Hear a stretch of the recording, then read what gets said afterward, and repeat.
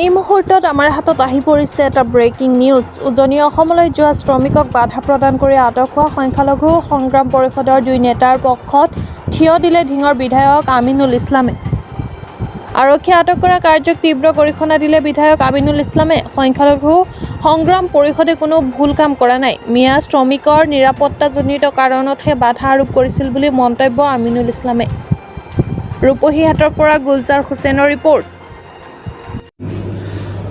আজি অসম সংখ্যালঘু সংগ্ৰাম পৰিষদৰ নগাঁও জিলা কমিটিৰ সভাপতি মুছাব্বিৰ আহমেদ আৰু তেওঁৰ লগতে কলিয়াবৰৰ সভাপতিজনক নগাঁও জিলা আৰক্ষীয়ে গ্ৰেপ্তাৰ কৰা কাৰ্যটোক আমি গৰিহণা দিছোঁ। কাৰণ তেওঁলোকে আজি নগাঁও আৰু মধ্য অসমৰ পৰা যিসকল শ্ৰমিক উজনি অসমলৈ যাব খুজিছিল তেওঁলোকে বাধা দিছিল। আৰু এই কথাটো আমাৰ মতে একো ভুল কাম কৰা নাই। কাৰণ উজনি অসমত যিমান শ্ৰমিক নামনি অসমৰ পৰা যায়, আমি দেখিছোঁ বিগত দিনত তেওঁলোকক বহুত দুৰ্ব্যৱহাৰ কৰা হৈছিল আৰু বহুকেইজন শ্ৰমিকক তেওঁলোকক 3 মাহ 4 মাহলৈকে 1-1.5 বছৰলৈকে তেওঁলোকক কাম কৰাই, তেওঁলোকক টকা পইচা নিদিয়াকেই তাৰপিছত মাৰপিট কৰি তাৰ পৰা বিদেশী সন্দেহযুক্ত নাগৰিক বুলি খেদি পঠায়। এই শ্ৰমিকসকলৰ একো নিৰাপত্তা নাথাকে।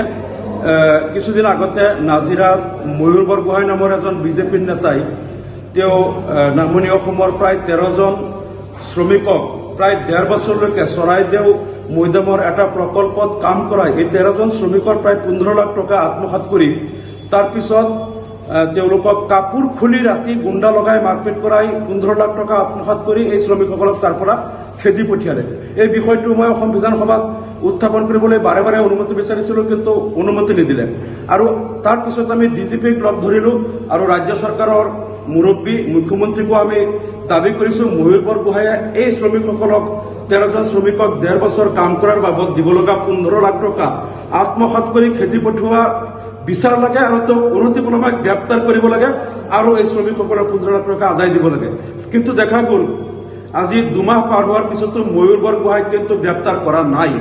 আৰু তেওঁ কিমান নিৰ্লজ্জভাৱে পাশবিক অত্যাচাৰ কৰি শ্ৰমিকসকলৰ পিঠিত মাৰপিট কৰি তেজ ক্ৰিয়াই দিছিল, পিঠি ফালি দিছিল।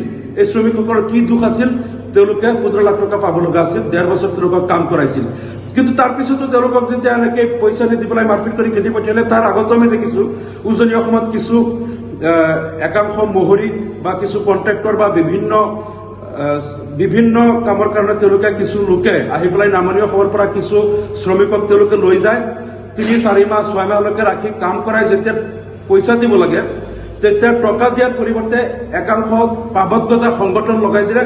সংগঠনৰ মানুহবিলাকে আহি পেলাই ৰাতি ৰাতি তেওঁলোকক মাৰপিট কৰি কাণত ধৰি আটক কৰাই তেওঁলোকক সন্দেহযুক্ত নাগৰিক বুলি মাৰপিট কৰি থানাত চমজাই দিয়ে আৰু টকা পইচাবিলাক নিদিয়ে। এনেকুৱা কেইবাবাৰো উজনি অসমত ঘটনা হৈছে। গতিকে নামনি অসমৰ পৰা যিমান শ্ৰমিক উজনি অসমত যায় তেওঁলোকক কিন্তু চৰকাৰে নিৰাপত্তা দিব পৰা নাই আৰু নিৰাপত্তা সুনিশ্চিত নকৰাকৈ ইয়াৰ পৰা কোনো শ্ৰমিক উজনি অসমত যোৱাটো আমি নিবিচাৰোঁ। আৰু মই আজিও নগাঁৱৰ SP নাই, এডিশ্যনেল SPৰ লগত আমি কথা পাতিছোঁ যে আপোনালোকে যদি এই শ্ৰমিকসকলৰ নিৰাপত্তা সুনিশ্চিত কৰিব নোৱাৰে তেনেহ'লে আপোনালোকে তেওঁলোকক বাধা দিয়া কাৰ্যটোক বেআইনী বুলি কেনেকৈ ক'ব?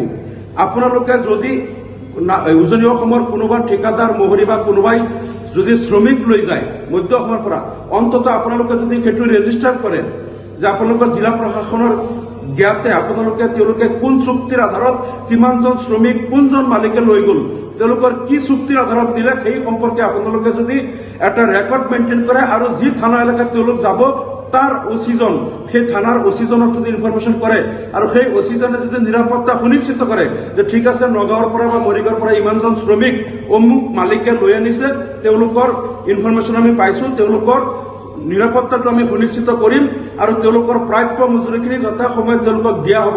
তেনেকৈ যদি আপোনালোকে চৰকাৰে বা আপোনালোকে প্ৰশাসনে যদি দায়িত্ব লৈ তেনেকৈ শ্ৰমিক তাত যায় তেনেহ'লে হয়তো আমি অলপ আশ্বস্ত হ'ব পাৰিম। নহ'লে এনেকেই জিলা প্ৰশাসনে, নগাঁও জিলা প্ৰশাসনে নাজানিব আৰু য'ত লৈ যাব তাৰ প্ৰশাসনেও নাজানিব। কোনোবা মালিকে লৈ গ'ল, কিছু শ্ৰমিক গ'ল, তাৰপিছত কিছুদিন পিছত কাম কৰাই তেওঁলোকক মাৰপিট কৰি খেদি পঠিয়াব আৰু তেওঁলোকক সন্দেহযুক্ত নাগৰিক বুলি কাণত ধৰাই আটক কৰাব, পিঠি ফালি দিব আৰু টকা নিদিয়াকৈ ঘূৰাই পঠাব। এই প্ৰক্ৰিয়া কিন্তু বেছি দিন আমি চলিব নিদিওঁ। মই এই বিষয়ত ৰাজ্য চৰকাৰৰ হস্তক্ষেপ দাবী কৰিছোঁ।